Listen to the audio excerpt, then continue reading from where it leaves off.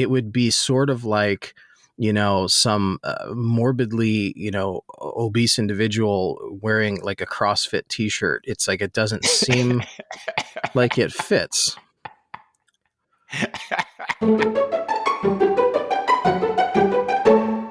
Welcome back to Reason Together, the podcast for Christians who think about stuff. I'm Thomas, here with Daniel, as usual.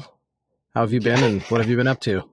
I am doing well, and it's just been a good first part of the year. Today, I'm excited about getting back into a project that trying to finish up this month. That's my goal. I think I'll get close to it, but we're getting fiber optic here at the church, which is a neat development. And so I'm trying to set up a network throughout the church, wireless access points and things like that, so it's ready when they get in. Boom, boom, we just hook up and get to go. So cool. Some rafter walking and some things like that. I'm looking forward to it. It'll be a fun day.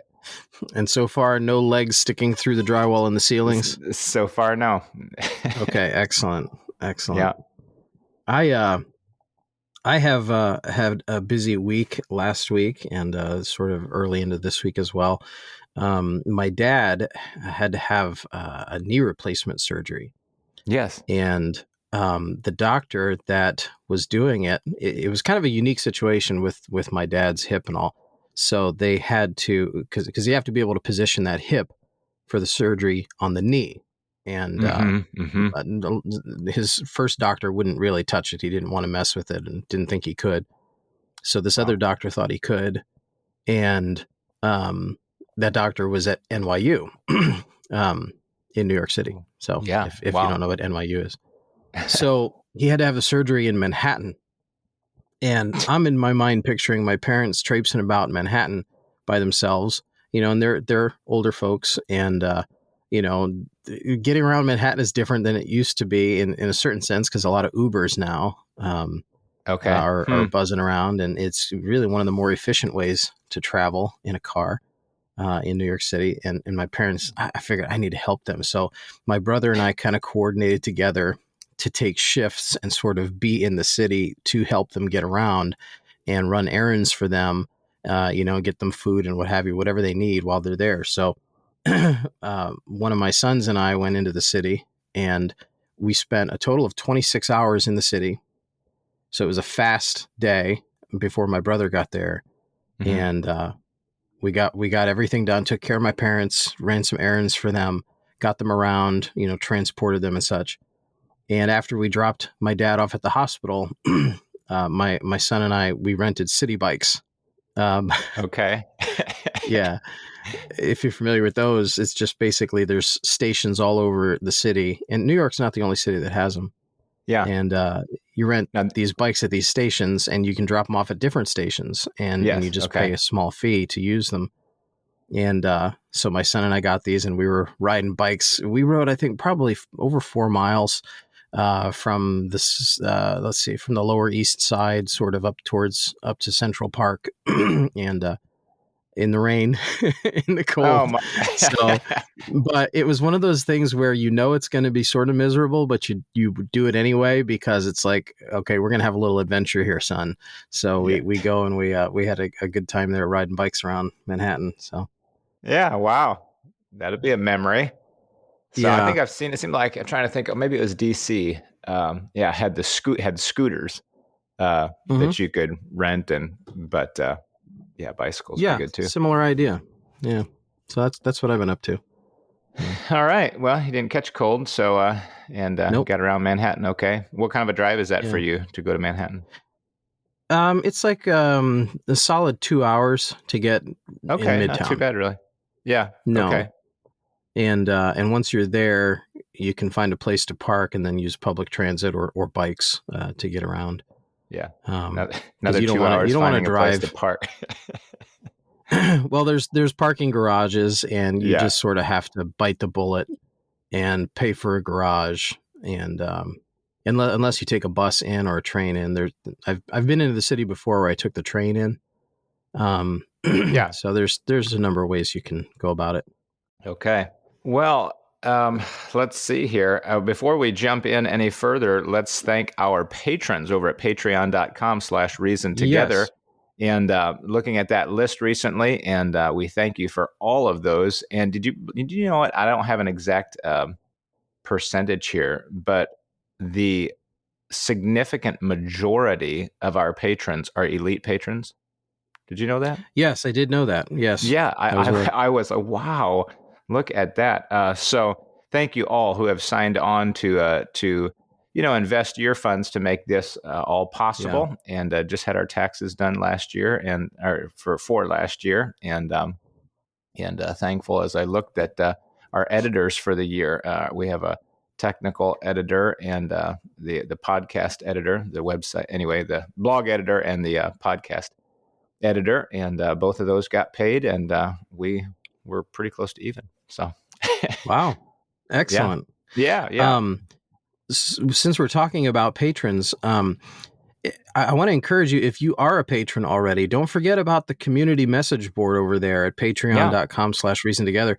It has been a bit active lately with some feedback. There was a question we dealt with last time about, and I can't remember if it was on a main episode or an after show. I'm pretty sure it was a main episode. But the use of the word legalism, do you remember dealing with that? Yeah. Mm-hmm. There was some that was good great feedback on there, even with some, I'm telling you, there's some historical sources given by one of our patrons here. Some really important quotes that I think kind of settled the question for us as to how the word has been used in the past, and maybe some guidance on how it should be used now. But yeah, I thought that was fantastic. So if you are a patron, head over to the message board at patreon.com/reason together and contribute your feedback as well. Read what's there. I think you'll find it a useful resource for information about the questions that we talk about on the podcast. You can continue the conversation that you hear here, and you can continue it with other folks of like mind over there at patreon.com/reason together. And sort of secondary to that, I have been busy lately, feverishly working to print out an entire new run of our t-shirts, the Reason Together podcast t-shirts. Yeah. Replenishing our inventory with that. We were beginning to run low. So if you have not yet purchased a t-shirt, or maybe you'd like to be like one of our patrons who bought a second one just because, you can head over to reasontogether.fm and look under the support tab. And there's different ways to support the podcast. One of those ways is to buy a t-shirt. Yeah. And they're fresh, hot off the press. So yeah, good deal. So we've got a list here, and what I love that when we have a full list, and in fact, I was talking to a couple people here in the last week or two, and one last night says, "Oh man, I've got a list. I've got a running list. I haven't just stopped to write in yet, And so when he does, maybe we'll have a year's worth of episode material. I don't know, but one of our elite bring patrons, it on. So anyway, job security. That's right. I'm glad that they're listening and thinking through it, wanting to interact. That's great. And we've already got several questions here. I'm trying to pull up this one here. Maybe later in the show, I will just ask your response on it. But I want to start off with this one here, and then you can pick. I think I might just even scroll through and do the poor devotion thing where you just sort of flip a page and you put your finger down. I might just close your eyes. Yeah, I might just sort of scroll through our list and go dink and just land on one and see what it is. But anyway, I want to ask this one by our elite patron Levi, and he's asking. I basically summed it up as cursing versus exclamation. Okay. Mm-hmm. He says, as humans, we're defined by, he's got a nice summary here at the beginning. As humans, we're defined by words, hurt by words, live by words, judge with words, communicate with words. Words are an important part of our society. Absolutely. I agree. Many words are used to exclaim when something exciting happens. The world has created a plethora of words we call curse words that are used when exclaiming. He said, I won't list those words. Thank you. However, I have taken into consideration that the Christian circle has its own words that we use. For example, the less strict, and he'll comment on that in a minute, less strict Christians may use words that are replacement words for the real words, words that sound similar to the curse word. They may use words that are not at all. I think he's saying then the other side may use words that are not at all related to the words the world uses, but use phrases like, "Oh my goodness, what in the world, man, bother." If you're an old Winnie the Pooh fan, oh bother. Anyway, I mentioned about less strict and more strict because, or less strict and more strict Christians. But I do not mean to condemn either. I simply use those terms because different people have different standards and thus are more or less strict. My questions come from the explanation. God said when he wrote the 10 Commandments to not use his name in vain, realizing that so many circles of people related different terms, yet applying them for the same purpose. I believe I've concluded that verbally exclaiming whenever something exciting happens is instinct to human nature.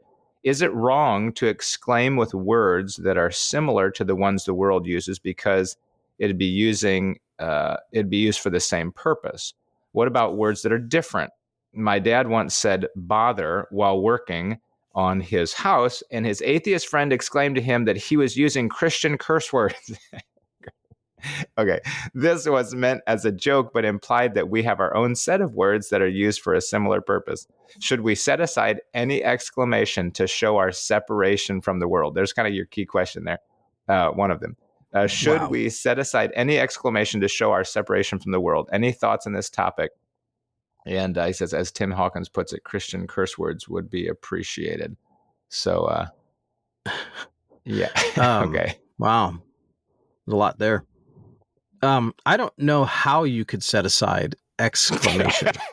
Especially when you hit your finger. Listen. You just laughed. That is exclamation. Oh, I'm sorry. Of a certain kind. Yeah. I never will again. Yeah. How could you do that? I mean, are there some religious movements in the world that believe that you just can't exclaim anything, that you have to be like stone cold, no emotion, stoic?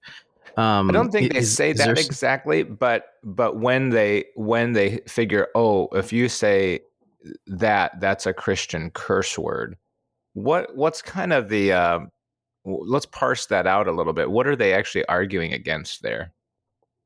An angry exclamation, an exclamation of disdain, or perhaps anger, basically. Okay, perhaps, I don't know. I'm not really sure. I guess part of me is still kind of hung up. There was something he mentioned about taking the Lord's name in vain, right there, and I think it might be important to park on that too while we have it. Right, because some might get this. You keep using that word. I don't think it does not mean what you think it means. Right. Good Princess Bride quote there. Yeah. It's when the Bible says that thou shalt not take the name of the Lord thy God in vain, it's not talking about cussing there. It's not talking about when people use the Lord's name as an exclamation. My understanding of that verse for years, and I think Pastor Dietrich was the first one that kind of pointed it out to me years ago, is that it's the idea of carrying the Lord's name as his representative, but not really representing him well, the way that he wants to be represented.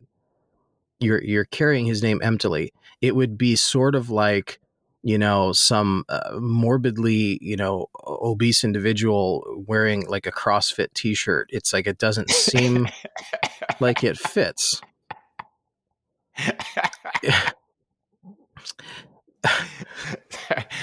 I'm sorry. It was the first illustration that came to my mind.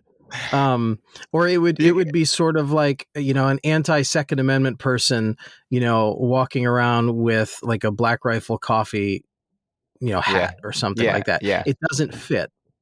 They're carrying it emptily or with vanity, emptiness or hollowness. And it would be like saying, I'm a Christian, but then living like the devil, or even, and I don't even know that the divide needs to be that huge. It would just simply be in any moment representing Christ in a way that he does not wish to be represented. That's taking the name of God in vain. Pastor Dietrich, I think, described it sort of like when people get married and the wife changes her name to her husband's last name. Mm-hmm. And she's now carrying his name, but then to live in such a way that's inconsistent with the family. But refuses all of his authority and essentially lives an autonomous life while carrying his name. Right. Yeah, and I would largely agree there. So those people, maybe that's the foreign concept to you. You know, it's so often been said, "Oh, you're taking the Lord's name in vain." But think of that concept of taking it. Okay, so I take the Lord's, literally His name. So okay, I say Jehovah, and I carry that name myself as you said, a representative of Him, as reflecting Him. But I do it in vain, in a way that's empty or useless or futile. And so. Yeah, I really think that goes well beyond the concept of simply a word that I use that uses God's name in an irreverent way. Though maybe it could include that, it's broader than that. So I think that's an important distinction to make. But to go back to the idea of expressions of anger, because isn't honestly that that's when you hear curse words, when someone is just ticked off or they're violently mad at you or something, and they're just frustrated, and so they say something, and the word that comes out of their mouth, we say, "Oh, that's a curse word." Yeah, I would say it kind of depends on who you're hanging around too. I would say, so like I know a number of people who were in the military. So actually, one kid I'm thinking of, he's currently in the military, and when he comes home, and I spend a little time with him, I try to every now and then. He's not saved. It's sort of a culture with certain guys that they're not necessarily angry when they're cussing. It's really every other word. Yeah, every other word is an F-bomb. Yeah, it does become sort of a power play, doesn't it? Or not a power play, but I mean, I think they feel somehow empowered by using words like that. Do you feel like that? I sort of maybe get that jive. I don't. No? Yeah, I don't know that that's it necessarily either. It just becomes a habit. It just becomes a way of talking that is very natural to them. And,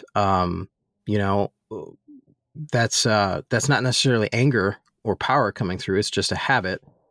And it can be rather offensive to some folks, I guess. I mean, I hate to say that I'm used to it. I don't say it, but, when I talk to him, I'm not sitting there just, crumpling beneath his vocabulary. That's not the case. It's just, the context in which he uses it is not always anger. Okay, that's interesting. I would say the first thing, like just on a practical level, I guess, just I don't know, just throwing it out here that appeals or that strikes me is that the way I would talk about this with my kids is to say, just one simple thing is that kind of language is just crass and vulgar. Okay, and by that I mean you can exclaim something without having to choose a dirty, stupid word like that. You know what I mean? So if I hit my thumb, that's the kind of what I'm thinking. So if I do something on accident and it hurts, man, I slam my toe up against something, I'm going to be certainly naturally exclaiming something, probably, right? A word's going to come out of my mouth. But do I have to choose a word that means excrement or that means some vile act? Well, no. Obviously there's a bajillion words in the language. So why don't I just choose something that like means ouch, like I'm in pain, Right. But wouldn't you agree though that there must be some innate reason why it's more satisfying to the individual to exclaim a strong word like that in that moment, as opposed to saying, "Oh, stink! I hit my thumb." Isn't there something natural? I personally think, and maybe this doesn't explain all uses, but number one, it's learned. So you hear older men use this, or you hear your friends use it, and something says that word is culturally edgy or offensive, and demonstrating my rebellion in saying it is kind of empowering. It's similar in some ways, and maybe this won't make sense, but rock music is a musical rebellion. essentially, and that's what it was when it first came out. It was a sign of a cultural revolt, if you will. Mm-hmm. Yeah. And there is something empowering to saying, I'm against I am standing with the revolution, right? I'm standing with the revolt. Well, in cussing and cursing, especially if in that it just kind of, it's like maybe getting the tattoo. It's like pulling out the cigarette and saying, I'm with the men here, even though this is, I don't that's think my it's take always on it. that, though. May not always be, but do you feel like no. that's a part of it? Maybe sometimes. Okay. I think, though, that, and I'm not arguing in favor of using crass language and profanity. I certainly don't talk that way myself and wouldn't encourage others to. But I think there's more to it than just that, than that people are demonstrating rebellion.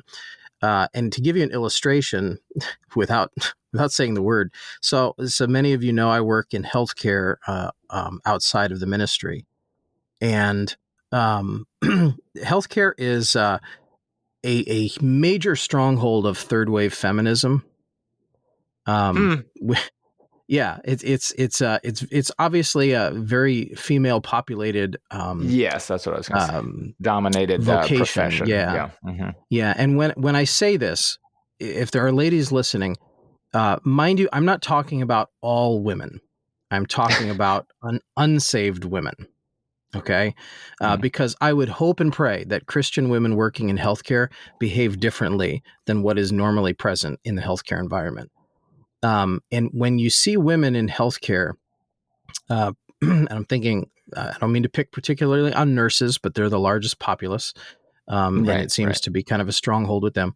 There's this sort of catty attitude that is very brash and brazen, and don't tell me what to do, and I'm the hero around here, and I can do everything. Just because I'm a nurse, I can do anything. I know your job inside and out, even though I've never learned a thing about it. There's this sort of attitude, and there is a cuss word that is thrown around within the healthcare environment that describes a woman like that. Mm-hmm. And when that word is used, you know exactly what is being described. Mm-hmm. And I've tried to describe it here on this podcast without using the word. Mm-hmm. And it's maybe a little difficult to envision exactly what I'm talking about. But when people use that cuss word, you know exactly. So in other words, there's a descriptive nature sometimes in our culture with certain cuss words, where when that word is used, it's like the most descriptive word for the thing. You know exactly what's being talked about. And obviously that's cultural. I'm not sitting here trying to support the use of the words. I'm just trying to say rebellion may not always be the reason why certain cuss words are used. It may be that in our nomenclature, in our cultural vernacular, that certain cuss words have become the most descriptive word for a particular thing.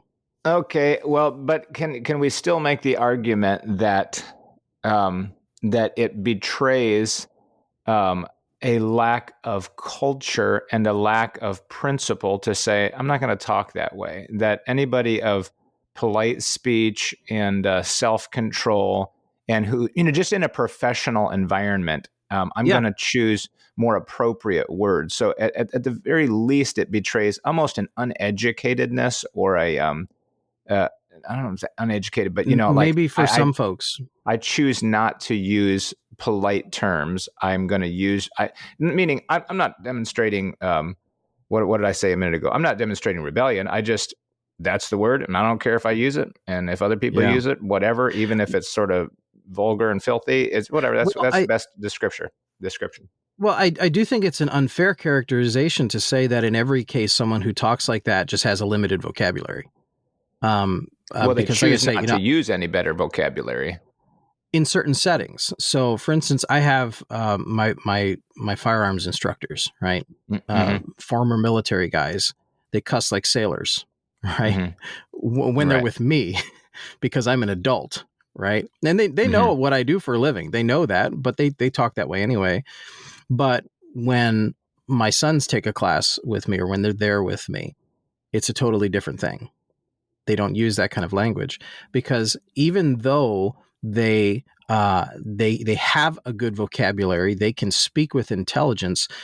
They are recognizing, even in their own vocabulary, that there's a certain professional setting in which I should not use that. And in their mind, it's, well, there's a kid here, Yeah, right? right. It may Um, not make sense to us, but in their mind, there is a line somewhere.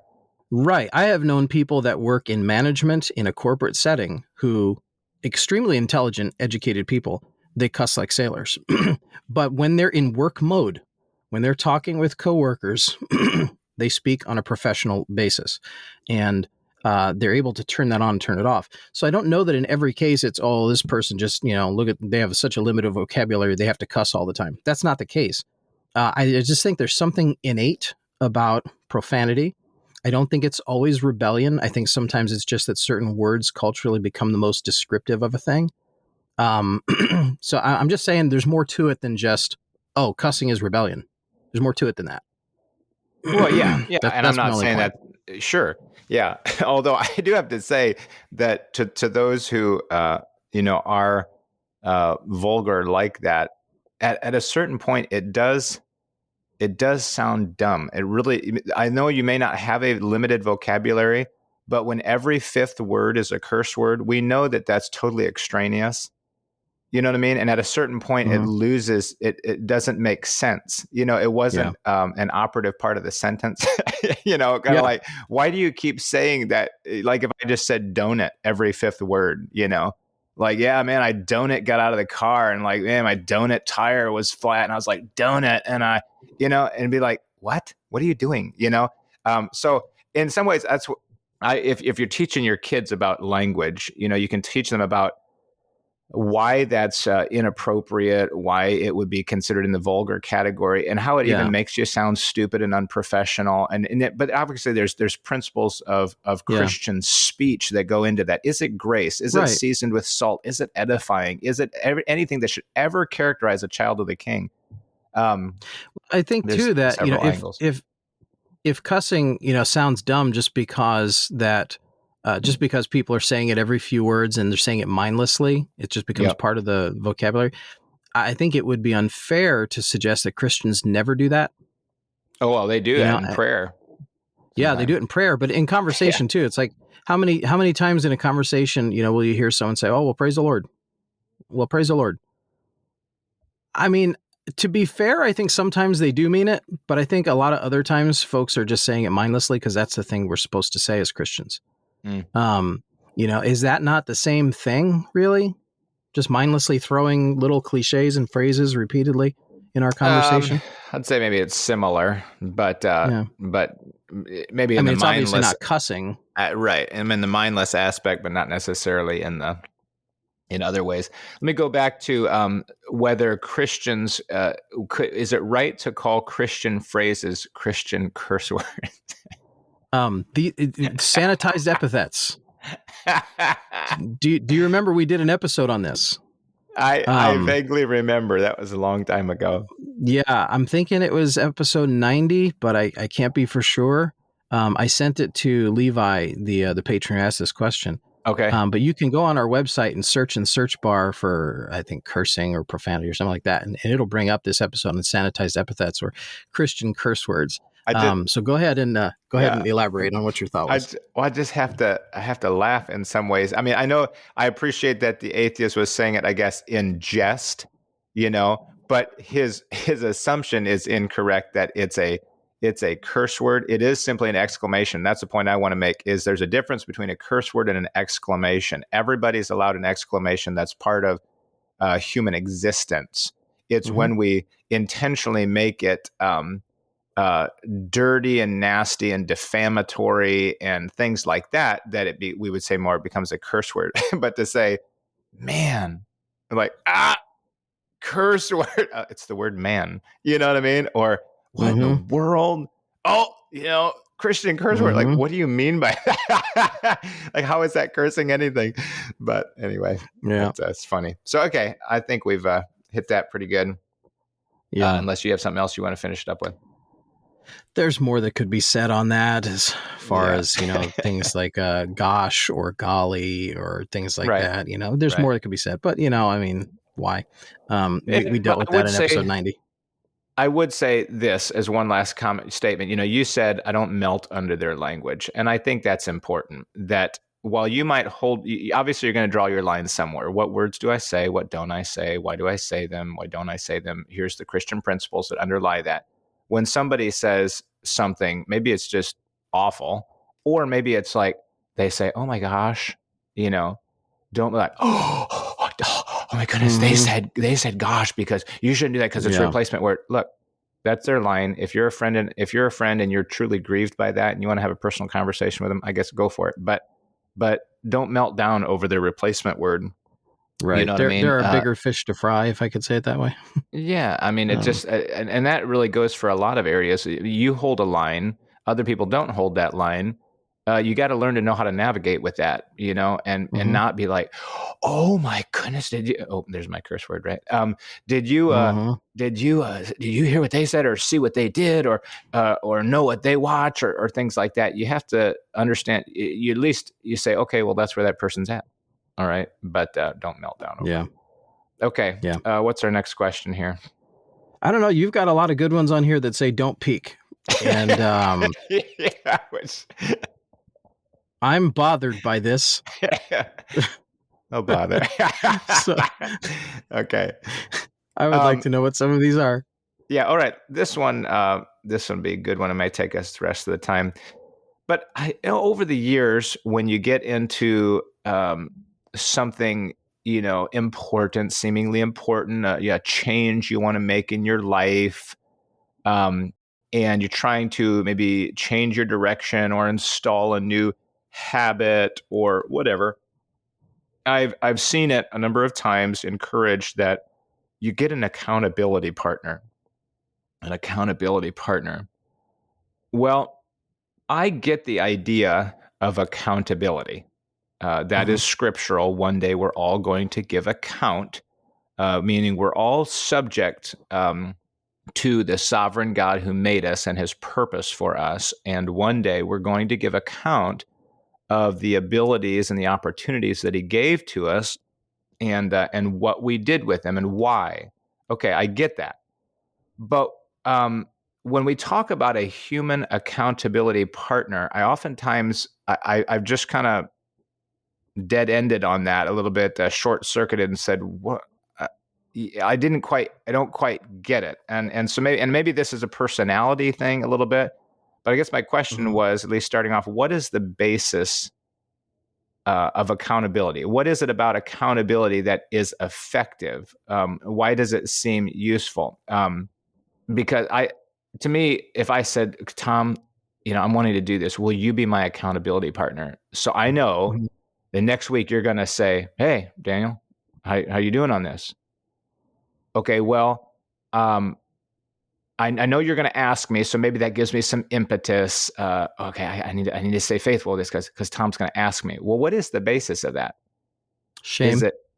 Yeah. Okay. So it's essentially, I would be ashamed if you asked, and I didn't live up to the standard I told you I wanted to live up to. So okay, that's a good way to put it. Yep. I was thinking fear, and I was just like, that doesn't seem exactly right. That I would fear, because if I said, look, if I tell Tom, I say, Tom, I want to read my Bible at least 5 days a week, right? I want to read my Bible 5 days a week.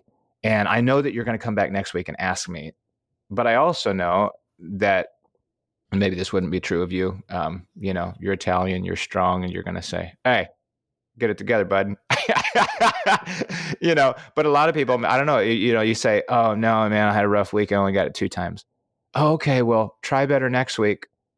Well, if you always know that, but you basically have the out, there is no consequence. You don't have the authority to say, well, that's it. You didn't live up to that expectation, therefore I will punish you.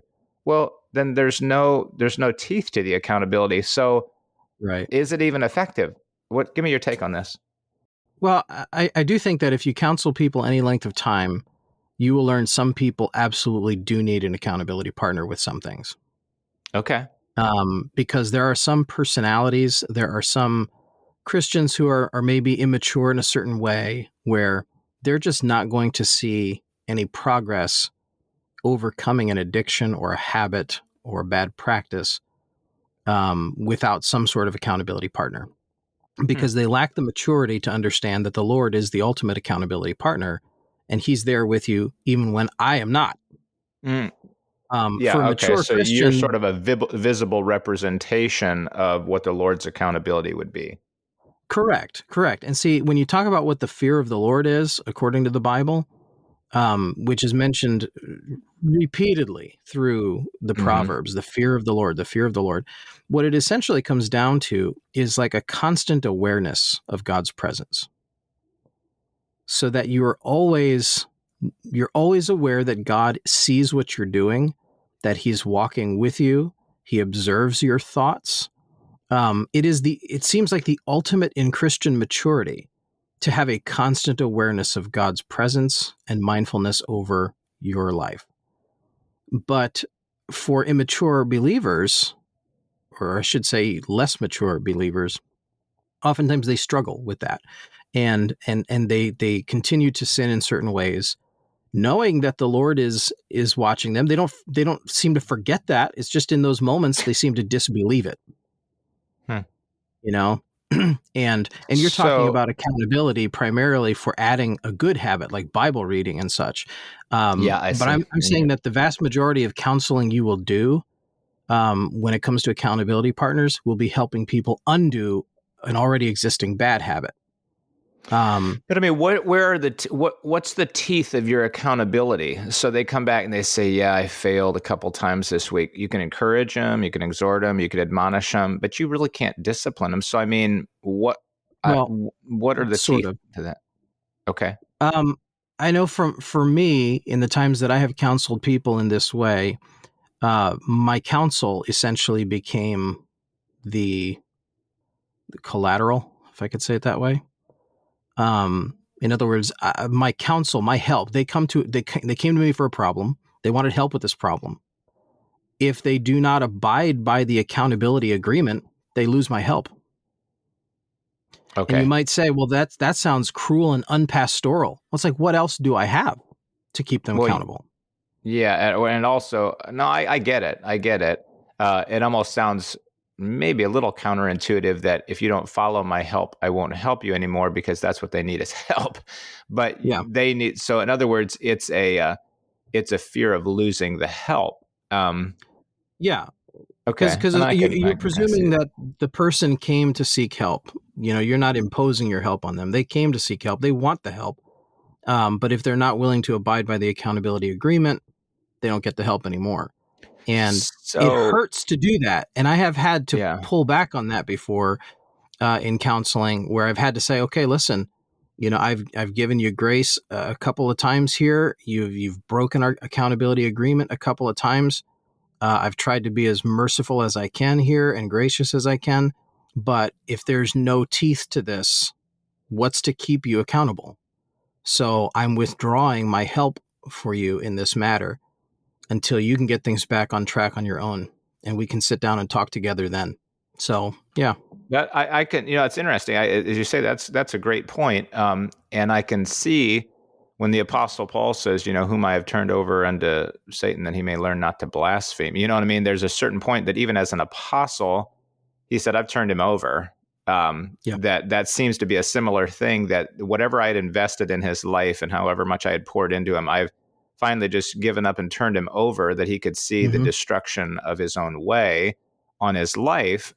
So, okay, there I can see it. So if I go to a friend and I say, hey, I want your help with something, not necessarily as a pastor, but as an accountability partner, you're my friend, and I want you to keep me accountable, then am I basically saying, if I don't do what I'm telling you I want to do, then I'm to some degree sacrificing our friendship? I'm willing for you to pull away from me as a friend because I refuse to do this thing that I'm asking you to keep me accountable for?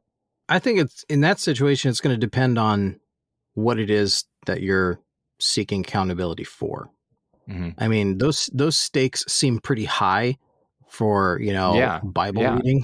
Say, oh, I'd like to read my Bible at least 5 days a week. And if I don't, then I want you to separate from me and consider me anathema. I mean, that just seems a little bit strong Sure. Right. to But me. But So it's otherwise, so going to what's the vary. point? Yeah, I guess some, and maybe, do you think this varies by person, that some people respond more to encouragement?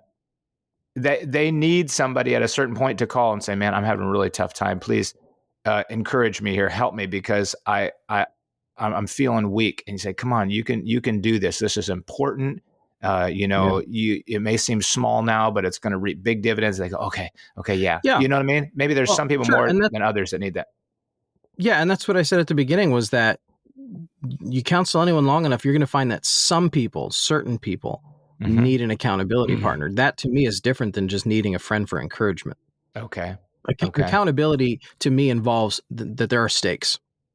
Mm-hmm. There are stakes here, and you could lose something. That's accountability in my mind.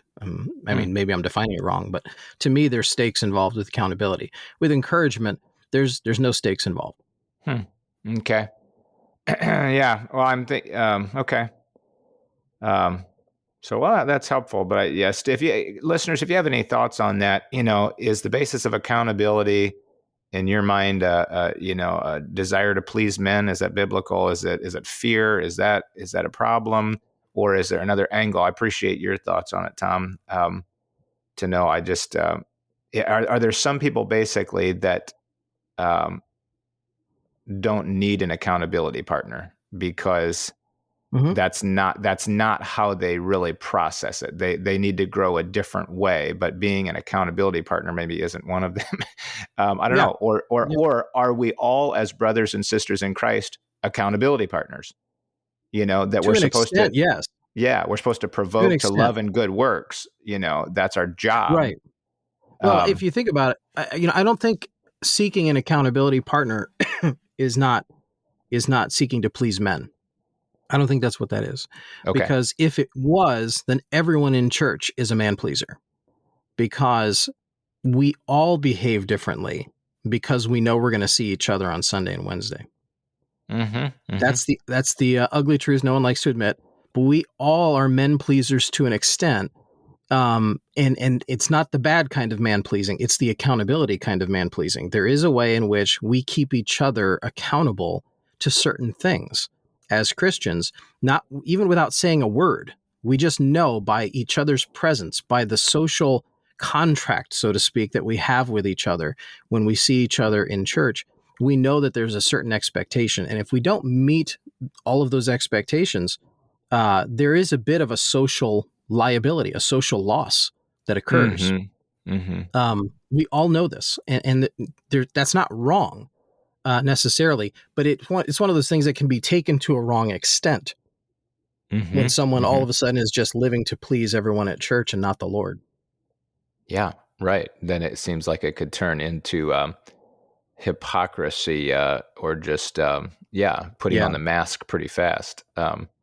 Yeah, but I mean, to say that we don't ever be good Christians to please one another would be a false statement.